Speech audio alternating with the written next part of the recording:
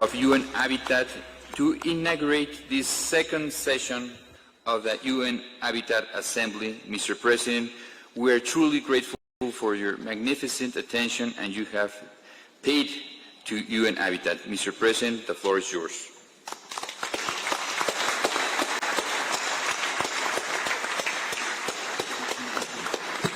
Thank you very much, ladies and gentlemen. Please, let's take our seats.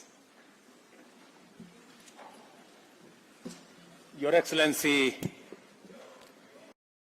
Slumbers Sokwane, the Vice President of the Republic of Botswana, representing President Masisi. Your Excellency Roman Mayor Falcon, the President of the UN Habitat Assembly. Director General of the United Nations Office at Nairobi, Zainab Hawa Bangura.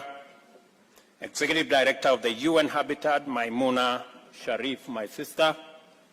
Honorable Ministers and heads of delegations, mayors and representatives of local and regional governments, delegates, distinguished ladies and gentlemen, good morning and welcome to Nairobi.